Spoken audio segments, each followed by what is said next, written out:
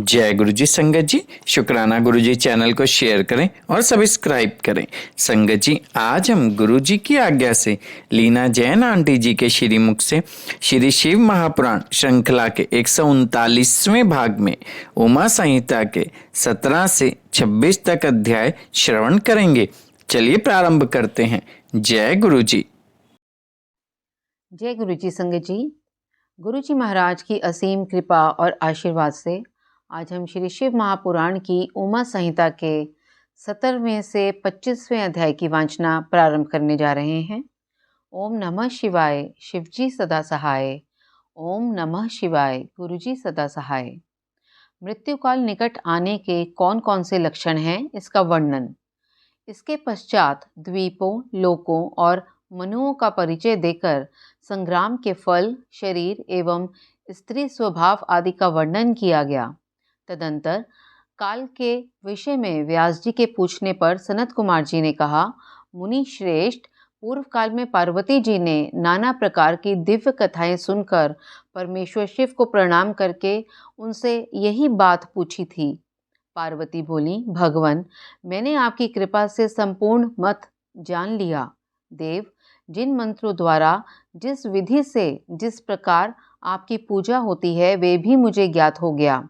किंतु प्रभु, अब भी एक संशय रह गया है। वह संशय है काल चक्र के संबंध में। देव, मृत्यु का क्या चिन्ह है? आयु का क्या प्रमाण है? नाथ, यदि मैं आपकी प्रिया हूँ तो मुझे ये सब बातें बताइए। महादेव जी ने कहा, प्रिय, यदि अकस्मात शरीर सब ओर से सफ़ेद या पीला पड़ जाए और ऊपर से कुछ लाल दिखे तो ये जानना चाहिए कि उस मनुष्य की मृत्यु 6 महीने के भीतर हो जाएगी। शिवे, जब मुंह, कान, नेत्र और जीवा का स्तंभन हो जाए तब भी 6 महीने के भीतर ही मृत्यु जाननी चाहिए।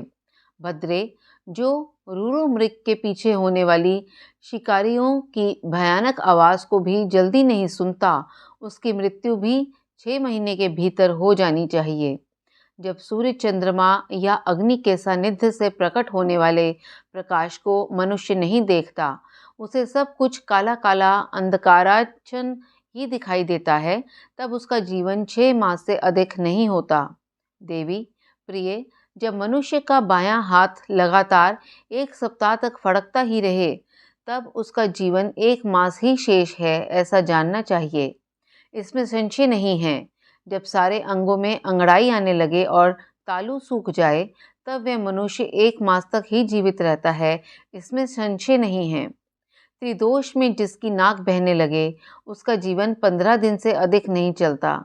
मुंह और कंठ सूखने लगे तो ये बात जाननी चाहिए कि 6 महीने बीतते बीतते इसकी आयु समाप्त हो जाएगी।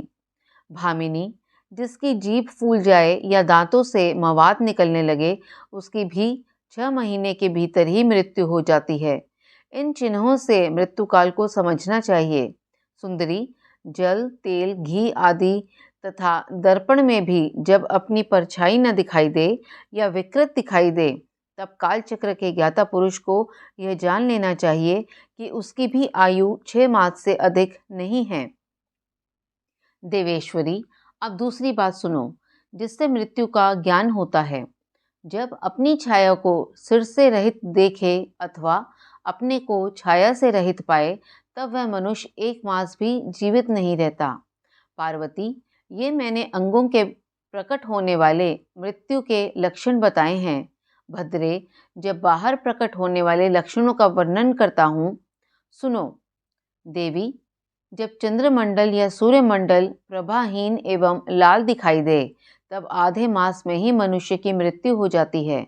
अरुंधति, महायान, चंद्रमा इन्हें जो न देख सके अथवा जिसे ताराओं का दर्शन न हो, ऐसा पुरुष 1 मास तक जीवित रहता है। यदि ग्रहों का दर्शन होने पर भी दिशाओं का ज्ञान न हो, मन पर मूर्ता छाई रहे तो 6 महीने से निश्चय ही मृत्यु हो जाती है। यदि उतथ्य नामक तारा का, ध्रुव का अथवा सूर्यमंडल का भी दर्शन न हो सके, रात में इंद्रधनुष या मध्याह्न में उल्कापात होता दिखाई दे तथा गीध और कौवे घेरे रहें तो उस मनुष्य की आयु 6 महीने से अधिक की नहीं है। यदि आकाश में सप्तऋषि तथा स्वर्ग मार्ग अर्थात छायापथ न दिखाई दे तो कालज्ञ पुरुष को उस पुरुष की आयु 6 मास ही शेष समझनी चाहिए। जो अकस्मात सूर्य और चंद्रमा को राहु से ग्रस्त देखता है और संपूर्ण दिशाएं जिसे घूमती दिखाई देती हैं, वह अवश्य ही 6 महीने में मर जाता है। यदि अकस्मात नीली मक्खियां आकर पुरुष को घेर लें तो वास्तव में उसकी आयु 1 मास ही शेष जाननी चाहिए। यदि गीत, कौवा अथवा कबूतर सिर पर चढ़ जाए तो वह पुरुष शीघ्र ही 1 मास के भीतर ही मर जाता है, इसमें संशय नहीं है। संगत जी, इसके साथ ही 17वें से 25वां अध्याय संपन्न हुआ। अब हम 26वें अध्याय की वाचना प्रारंभ करते हैं। ओम नमः शिवाय, शिवजी सदा सहाय। ओम नमः शिवाय, गुरुजी सदा सहाय। काल को जीतने का उपाय, नवधा शब्द ब्रह्म एवं तुंकार के अनुसंधान और उससे प्राप्त होने वाली सिद्धियों का वर्णन। देवी पार्वती ने कहा, प्रभो, काल से आकाश का भी नाश होता है। वह भयंकर काल बड़ा विकराल है। वह स्वर्ग का भी एकमात्र स्वामी है। आपने उसे दग्ध कर दिया था, परंतु अनेक प्रकार के स्तोत्रों द्वारा जब उसने आपकी स्तुति की तब आप फिर संतुष्ट हो गए और वह काल पुनः अपनी प्रकृति को प्राप्त हुआ, पूर्णतः स्वस्थ हो गया। आपने उससे बातचीत में कहा, काल, तुम सर्वत्र विचरोगे किंतु लोग तुम्हें देख नहीं सकेंगे। आप प्रभु की कृपा दृष्टि होने और वर मिलने से वह काल जी उठा तथा उसका प्रभाव बहुत बढ़ गया।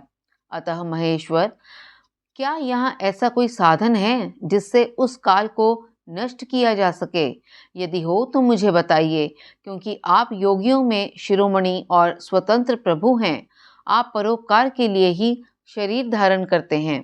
शिव बोले, देवी, श्रेष्ठ देवता, दैत्य, यज्ञ, यक्ष, राक्षस, नाग और मनुष्य किसी के द्वारा भी काल का नाश नहीं किया जा सकता, परंतु जो ध्यान परायण योगी हैं वे शरीरधारी होने पर भी सुखपूर्वक काल को नष्ट कर देते हैं। वरारोहे, यह 5 भौतिक शरीर सदा उन भूतों के गुणों से युक्त ही उत्पन्न होता है और उन्हीं में इसका लय होता है। मिट्टी की देह मिट्टी में ही मिल जाती है। आकाश से वायु उत्पन्न होती है। वायु से तेजस तत्व प्रकट होता है। तेज से जल का प्राकट्य बताता गया है और जल से पृथ्वी का आविर्भाव होता है। पृथ्वी आदि भूत क्रमशः अपने कारण में लीन होते हैं। पृथ्वी के 5, जल के 4, तेज के 3 और वायु के 2 शब्द गुण हैं। आकाश का एकमात्र शब्द ही गुण है। पृथ्वी आदि में जो गुण बताए गए हैं उनके नाम इस प्रकार हैं: शब्द, स्पर्श, रूप, रस और गंध। जब भूत अपने गुण को त्याग देता है तब नष्ट हो जाता है और जब गुण को ग्रहण करता है तब उसका प्रादुर्भाव हुआ बताया जाता है। देवेश्वरी, इस प्रकार तुम 5 भूतों के यथार्थ स्वरूप को समझो। देवी, इस कारण काल को जीतने की इच्छा वाले योगी को चाहिए कि वह प्रतिदिन प्रयत्न पूर्वक अपने अपने काल में उसके अंशभूत गुणों का चिंतन करे। योगवेता पुरुष को चाहिए कि सुखद आसन पर बैठकर विशुद्ध श्वास प्राणायाम द्वारा योगाभ्यास करे। रात में जब सब लोग सो जाएं, उस समय दीपक बुझाकर अंधकार में योग धारण करे। तर्जनी उंगली से दोनों कानों को बंद करके 2 घड़ी तक दबाए रखे। उस अवस्था में अग्नि प्रेरित शब्द सुनाई देता है। इससे संध्या के बाद का खाया हुआ अन्न क्षण भर में पच जाता है और संपूर्ण रोगों तथा ज्वर आदि बहुत से उपद्रवों का शीघ्र नाश कर देता है। जो साधक प्रतिदिन इसी प्रकार 2 घड़ी तक शब्द ब्रह्म का साक्षात्कार करता है, वह मृत्यु तथा काम को जीतकर इस जगत में स्वच्छंद विचरता है और सर्वज्ञ एवं समदर्शी होकर संपूर्ण सिद्धियों को प्राप्त कर लेता है। जैसे आकाश में वर्षा से युक्त बादल गरजता है, उसी प्रकार उस शब्द को सुनकर योगी तत्काल संसार बंधन से मुक्त हो जाता है। तदंतर योगियों द्वारा प्रतिदिन चिंतन किया जाता है हुआ वह शब्द क्रमशः सूक्ष्म से सूक्ष्मतर हो जाता है। देवी, इस प्रकार मैंने तुम्हें शब्द ब्रह्म के चिंतन का क्रम बताया है। जैसे धान चाहने वाला पुरुष पुआल को छोड़ देता है, उसी तरह मोक्ष की इच्छा वाला योगी सारे बंधनों को त्याग देता है। इस शब्द ब्रह्म को पाकर भी जो दूसरी वस्तु की अभिलाषा करते हैं, वे मुक्के से आकाश को मारते और भूख प्यास की कामना करते हैं। यह शब्द ब्रह्म ही सुखद मोक्ष का कारण, बाहर भीतर से के भेद से रहित, अविनाशी और समस्त उपाधियों से रहित पर ब्रह्म है। इसे जानकर मनुष्य मुक्त हो जाता है। जो लोग काल पाश से मोहित हो शब्द ब्रह्म को नहीं जानते, वे पापी और कुबुद्धि मनुष्य मौत के फंदे में फंसे रहते हैं। मनुष्य तभी तक संसार में जन्म लेते हैं जब तक सबके आश्रयभूत परम तत्व अर्थात पर ब्रह्म परमात्मा की प्राप्ति नहीं होती। परम तत्व का ज्ञान हो जाने पर मनुष्य जन्म मृत्यु के बंधन से मुक्त हो जाता है। निद्रा और आलस्य साधन का बहुत बड़ा विघ्न है। इस शत्रु को यत्न पूर्वक जीतकर सुखद आसन पर आसीन हो प्रतिदिन शब्द ब्रह्म का अभ्यास करना चाहिए।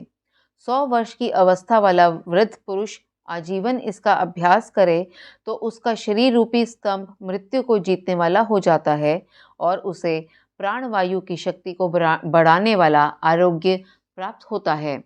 वृद्ध पुरुष में भी ब्रह्म के अभ्यास से होने वाले लाभ का विश्वास देखा जाता है। फिर तरुण मनुष्य को इस साधन से पूर्ण लाभ हो, इसके लिए तो कहना ही क्या है। यह शब्द ब्रह्म न ओंकार है, न मंत्र है, न बीज है, न अक्षर है। यह अनाहत नाद अर्थात बिना आघात के अथवा बिना बजाए ही प्रकट होने वाला शब्द है। इसका उच्चारण किए बिना ही चिंतन होता है। यह शब्द ब्रह्म परम कल्याणमय है। प्रिय, शुद्ध बुद्धि वाले पुरुष यत्नपूर्वक निरंतर इसका अनुसंधान करते हैं। अतः 9 प्रकार के शब्द बताए गए हैं जिन्हें प्राणवेत्ता पुरुषों ने लक्षित किया है। मैं उन्हें प्रयत्न करके बता रहा हूँ। उन शब्दों को नाद सिद्धि भी कहते हैं। वे शब्द क्रमशः इस प्रकार हैं: घोष, कांस्य अर्थात झांझ आदि, श्रृंग अर्थात सिंगा आदि, घंटा, वीणा आदि, बांसुरी, दुदुम्भी, शंख और नवा, मेघ गर्जन। इन 9 प्रकार के शब्दों को त्याग कर तुंकार का अभ्यास करे। इस प्रकार सदा ही ध्यान करने वाला योगी पुण्य और पापों से लिप्त नहीं होता है। देवी, योगाभ्यास के द्वारा सुनने का प्रयत्न करने पर भी जब योगी उन शब्दों को नहीं सुनता और अभ्यास करते करते मरणासन हो जाता है, तब भी वह दिन रात उस अभ्यास में ही लगा रहे। ऐसा करने से 7 दिनों में वह शब्द प्रकट होता है जो मृत्यु को जीतने वाला है। देवी, वह शब्द 9 प्रकार का है, उसका मैं यथार्थ रूप से वर्णन करता हूँ। पहले तो घोषात्मक नाद प्रकट होता है जो आत्मशुद्धि का उत्कृष्ट साधन है। वह उत्तम नाद सब रोगों को हर लेने वाला तथा मन को वशीभूत करके अपनी ओर खींचने वाला है। दूसरा कांस्य नाद है जो प्राणियों की गति को स्तंभित कर देता है। वह विष, भूत और ग्रह आदि सबको बांधता है, इसमें संशय नहीं है। तीसरा श्रृंग नाद है जो अभिचार से संबंध रखने वाला है, उसका शत्रु के उच्चाटन और मारण में नियोग एवं प्रयोग करे।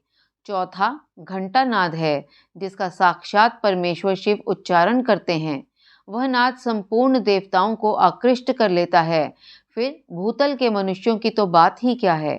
यक्षों और गंधर्वों की कन्याएं उस नाद से आकृष्ट हो योगी को उसकी इच्छा के अनुसार महासिद्धि प्रदान करती हैं तथा उसकी अन्य कामनाएं भी पूर्ण करती हैं।